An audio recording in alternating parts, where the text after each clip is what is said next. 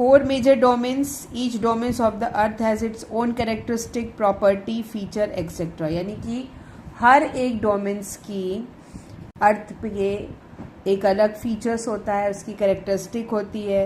तो ये 4 major domains of the earth है, लिथोस्फीयर, हाइड्रोस्फीयर, एटमॉस्फीयर और biosphere. What is the meaning of lithosphere?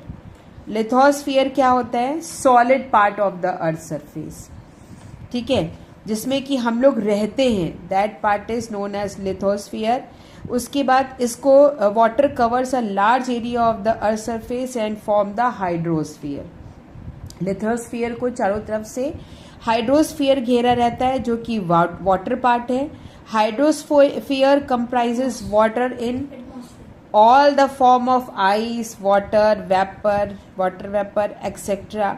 तो that is known as the atmosphere. और atmosphere में और भी कई सारी गैसेस और उनकी लेयर्स अर्थ के चारों तरफ घिरी हुई होती हैं. And it is made up of the different gases. Atmosphere अलग अलग गैसों से मिला है, like oxygen, nitrogen, carbon dioxide and other gases, ठीक है. उसके बाद आता है biosphere. Biosphere is that domain of the अर्थ जिसमें कि लाइफ है, ठीक है, जिसमें कि लाइफ पाई जाती है. Land, water and air work together in this domains. यानी लैंड, वाटर और एयर तीनों एक साथ मिल करके एक डोमेन्स जो है वो बनाते हैं. Now lithosphere. लिथोस्फीयर क्या है? The word lithosphere is derive from the word sphere combined with the Greek word जिसे कि लिथोस कहा जाता था, जिसका मतलब है रॉक. इन ओल्डन टाइम हमारी earth is not like that only, कि हमें अपने अर्थ पर कैसे हम देखते हैं, क्या देखते हैं, ऊपरी सरफेस पे हम क्या देखते हैं, सॉइल देखते हैं. बट इन वेरी जो है olden time the earth surface was not like that only. इसकी तरह नहीं था, हाँ, वो रॉक था, ठीक है, पत्थर थे बड़े बड़े. It is the solid rocky crust of the earth and that means the crust and the upper part of the mantle which is joint to the crust. यानी कि अर्थ की 3 लेयर्स होती हैं, crust, mantle, core. Core is the centre part जो कि सबसे नीचे और हॉट पार्ट है. उसके ऊपर जो है वो मेंटल होता है और फिर उसके ऊपर क्रस्ट होता है, ठीक है. तो lithosphere comprises of all land masses. हर एक लैंड मास लिथोस्फीयर में आता है, लाइक माउंटेन है, चाहे डीप वैलीज है, चाहे फर्टाइल प्लेन्स हैं, चाहे प्लेट्यूज हैं. These all comes into the lithosphere. यानी कि ये सब किस में आते हैं? हमारे अर्थ के कौन से डोमेन में? Lithosphere. Next is the 2 types of the lithosphere. एक होता है लिथोस्फीयर कॉन्टिनेंटल और एक होता है ओशनिक लिथोस्फीयर. कॉन्टिनेंटल लिथोस्फीयर जैसे कि जिसमें कॉन्टिनेंट्स आते हैं. How many continents are there? 7 continents. Continent crust जिसमें आते हैं उसे कॉन्टिनेंटल लिथोस्फीयर कहते हैं. एंड ओशनिक लिथोस्फीयर वो होते हैं जिसमें कि ओशन क्रस्ट आते हैं या ओशन बेसिन आते हैं, ठीक है. So all ocean of the earth are connected with each other because of which the level of the sea water is the same everywhere. You know that कि our earth is covered how many part of the water? 71. And all the 71% water जो है lies in the ocean. So ocean covers all the lithosphere area and the मतलब level of the ocean bed is same जो है in all the direction. Sea level is taken as 0 and the height of the mountain or land is measured with respect to the sea level. And land जो है cover how many part? Only 1/3 part. 1/3 part of the earth surface is like 29% ही सिर्फ land है हमारी अर्थ पर, ठीक है. तो बाकी का जो पार्ट है वो ओशन है, वो वाटर है, लेकिन कैसा वाटर है? सॉल्टी वाटर है. That water is not fit for us, है ना. सोचो कि जब 29% लैंड सरफेस और आपको दूर दूर तक कितना आप चलते जाओ तो आपको सिर्फ लैंड ही लैंड दिखाई पड़ता है, तो ओशन तो इससे भी बड़ा है. अगर कोई भी ओशन के पास पहुंच जाए तो उसको चारों तरफ से सिर्फ ओशन ही ओशन दिखाई पड़ेगा, पानी ही पानी दिखाई पड़ेगा, ठीक है। अभी देखिए continent, largest land masses separate by the large water bodies, means these land masses separated by the large water bodies, that bodies are known as the continent। और ये कॉन्टिनेंट 7 कॉन्टिनेंट होते हैं हमारे अर्थ पर, Asia, Africa, north America, South America, Antarctica, Europe and Australia. You can see these all 7 continent on the world map। A large mass of land जो कि northern hemisphere में है, and the large mass of the land which is in the southern hemisphere। इन सभी continent में Asia is the largest continent of the world, जो कि पूरे land surface का 1/3 पार्ट कवर करता है, ठीक है। And it lies in the eastern and tropic of the cancer passes through it, ठीक है। इस एशिया के बीच में से ट्रॉपिक ऑफ कैंसर पास होता है। Ocean is a ocean. Yes, Pacific is जो है an ocean। Asia and Europe are the joined together as one masses and one ocean separates the two। It means Asia and Europe are joined together। एक land surface है दोनों का, ठीक है, वहां पे कोई भी ओशन नहीं है, लेकिन उसको कौन सेपरेट करता है? One land mass and no ocean separates the two। Ural mountains and Ural river separate करती है इन दोनों को, ठीक है। वहां लैंड मास से सेपरेट नहीं है, बल्कि किससे सेपरेट है? Ural mountain and Ural river से सेपरेटेड है। Together the land mass of Asia and Europe is also called the Eurasia. Next land mass और continent is Africa, that is the second largest और जो है most populated continent है world में। तो African जो कॉन्टिनेंट है वो चारों तरफ, मैं कह सकते हैं कि चारों तरफ पानी से घिरा हुआ है, और Suez canal separates Africa from Asia, ठीक है। All the 3 latitudes, Africa is only the continent which passes in which 3 latitude passes through it, यानी कि इक्वेटर भी पास हो रहा है, ट्रॉपिक ऑफ कैंसर भी पास हो रहा है, और ट्रॉपिक ऑफ कैप्रिकॉर्न भी पास हो रहा है। यहाँ पे वर्ल्ड की सबसे लॉन्गेस्ट रिवर है जिसका नाम नाइल है, एंड इसके पास सहारा डेजर्ट है जो कि वर्ल्ड का सबसे हॉटेस्ट डेजर्ट है, ठीक है। ये इस अफ्रीका की खूबियां हैं। Now next is the north America. अब नॉर्थ अमेरिका क्या है? वो 3rd लार्जेस्ट कॉन्टिनेंट है वर्ल्ड का, और चूंकि वो नॉर्थ अमेरिका है तो इससे हम पता लगा सकते हैं कि it lies in the northern part of the continent, है ना, नदर्न पार्ट और वेस्टर्न हेमिस्फीयर में है। North America linked to the South America, North America South America से एक पतली जो है वो पासिस से जुड़ा हुआ है, जिसे कि इस्थमस ऑफ पनामा कहते हैं, ठीक है। You can see isthmus of Panama in the world map. See this is the isthmus of Panama which join North America to south America, ठीक है। नाउ साउथ अमेरिका, ये वर्ल्ड का, yes Asia's Europe and India comes in Asia only। South America is the world 4th largest continent है, और ये mostly in the southern hemisphere में है, और यहाँ पे वर्ल्ड का लॉन्गेस्ट माउंटेन रेंज है, दैट इज एंडीज, ठीक है।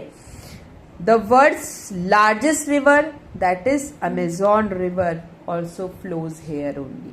यहाँ से अमेजॉन रिवर होकर गुजरती है। हाँ, फिर है अंटार्कटिका।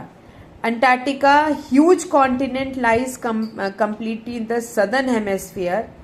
सदर्न हेमिस्फीयर के लगभग पूरे पार्ट को अंटार्कटिका कवर करता है, और ये एक ऐसा अकेला कॉन्टिनेंट है जो कि कंप्लीटली किससे कवर है? आइस से कवर है, ठीक है। South Pole lies at the centre of the continent, और बहुत सारी इसमें और भी कंट्रीज है which having the research centre, जहां पर there as a permanent human settlement is not possible, ठीक है, due to the extreme condition. यहाँ पे एक्सट्रीम कंडीशन है, यानी कि अगर आइस से जमा हुआ लैंड है तो आप समझ सकते हैं कि यहाँ पे कितनी ठंडक होगी। और एक चीज और है कि ये जो है वो सदर्न हेमेस्फेयर में है, तो यहाँ पर कंप्लीटली 3 जो है मतलब 6 मंथ की डे और नाइट होती है, यानी continuous day and continuous night. तो यू कैन अंडरस्टूड दैट कि how the life is difficult जो है इन देयर ओनली, ठीक है। और यहाँ पे हमारी इंडिया का भी 2 रिसर्च सेंटर है, जिसका नाम है मैत्री एंड दक्षिण गंगा, ठीक। Now next continent is Europe, जो कि वेस्ट एशिया में है, और ये सेकेंड स्मॉलेस्ट कॉन्टिनेंट है अपने सरफेस के कारण, and it is surrounded by the water bodies on 3 sides and has the Arctic circle passes through it. Now next and last continent land masses, और we can say the lithosphere part, that is Australia. सबसे smallest continent है जो कि southern हेमेस्फीयर में है। ये चारों तरफ ओशन से घिरा हुआ है और सी से घिरा हुआ है। It is also called the island continent because the land surface which covers जो है वो water from all the side, उसे हम कहते हैं आइलैंड। और the land which covers by water from 3 side, उसे क्या कहते हैं? 3 साइड। उस लैंड को क्या कहते हैं? No, peninsula. जो 3 तरफ से घिरा है पानी से, उसे पेनिनसुला। जो चारों तरफ पानी से घिरा है, दैट इज आइलैंड। अंडरस्टूड? इस हाइड्रोस्फीयर, तो आपको पता है कि हमारा earth is known as the blue planet. Why? Because इसका 71% पार्ट किससे कवर है? वाटर सरफेस से, है ना, and 29% is only the land. So water in all its form, water in ocean, seas, river, यानी कि यहाँ पे जो वाटर है वो किस में है? वो ओशन में है, सीज में है, रिवर में है, ice in glacier, underground water भी है, ठीक है। एटमॉस्फेयर में भी वाटर है। जब बारिश होती है तो एटमॉस्फेयर में पानी की ड्रॉपलेट्स एटमॉस्फेयर में प्रेजेंट होती है, जिससे कि हमें ह्यूमिडिटी लगती है, that is also a form of water. And water in the ocean is too salty for the human life. तो क्या है कि large proportion of the rest of the water is the form of ice sheet and glacier. मतलब ocean water तो you know that कि that is not suitable for us, हमारे लिए किसी काम का नहीं है। लेकिन और जो वाटर है वो आइस शीट में है या ग्लेशियर में है, ठीक है।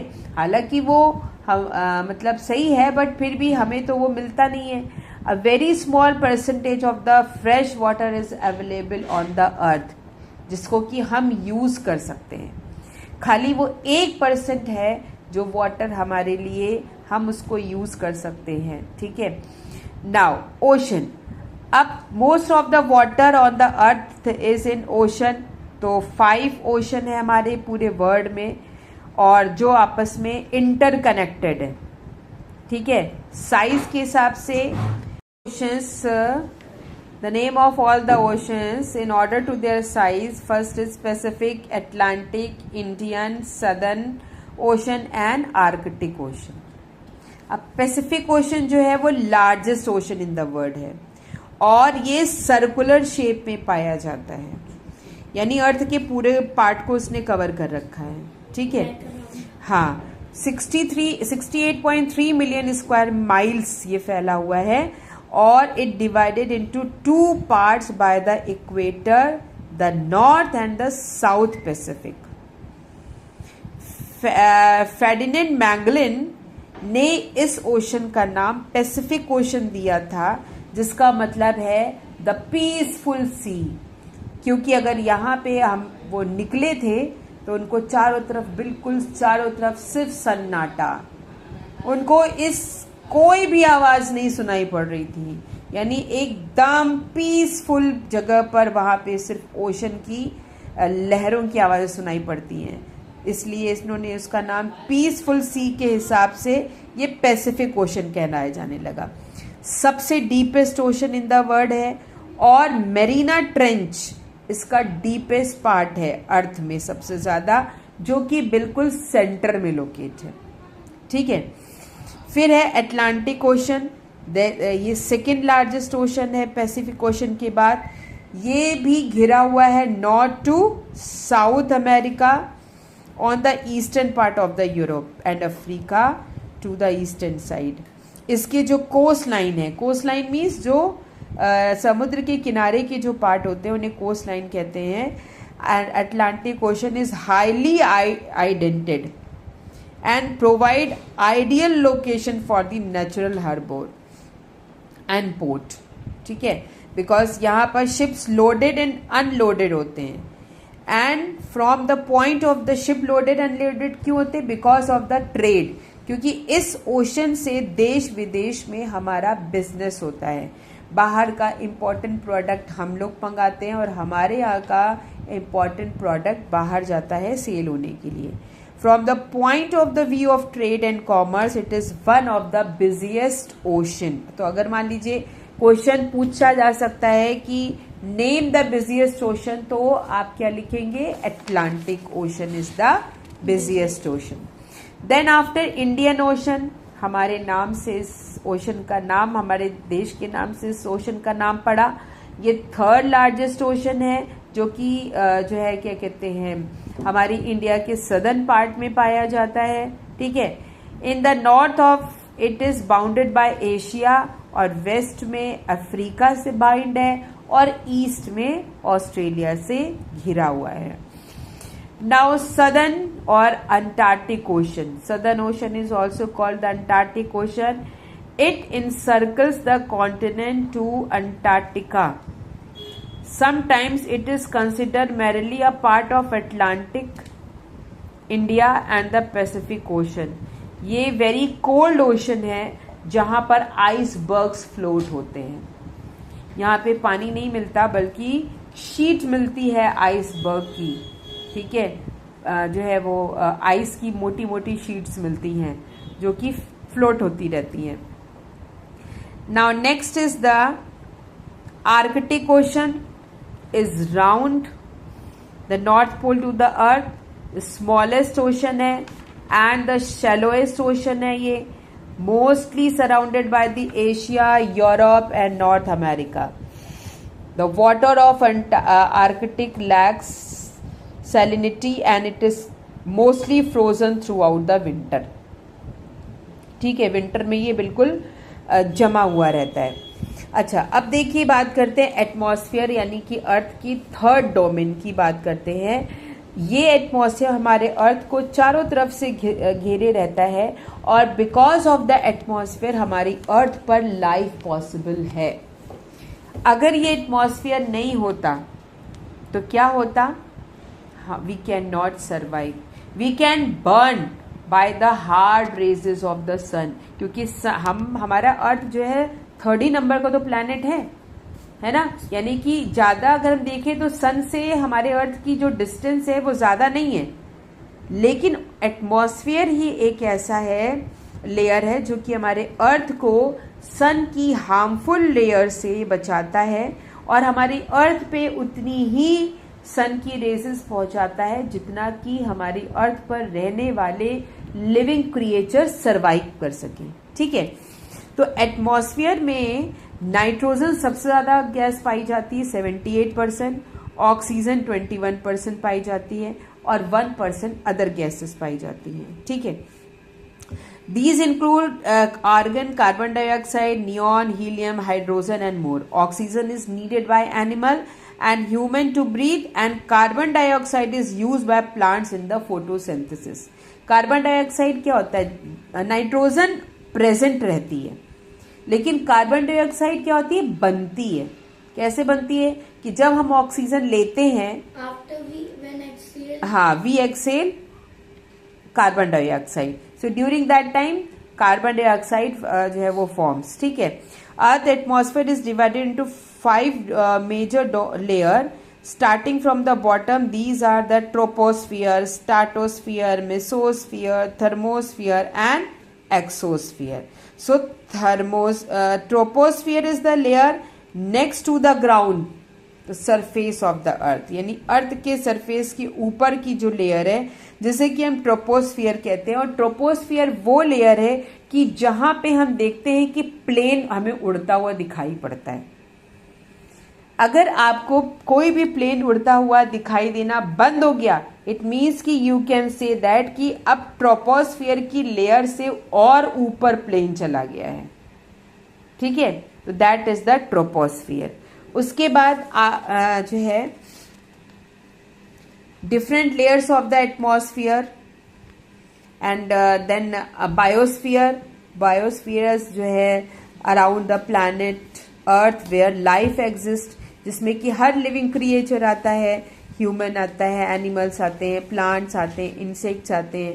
And layer of the earth contain life in thin upper most जो है atmosphere has little oxygen and very low temperature, while ocean depth में सबसे ज्यादा डार्क और कोल्ड है. तो in fact it has been said that the biosphere is like the peel in relation to size of an apple.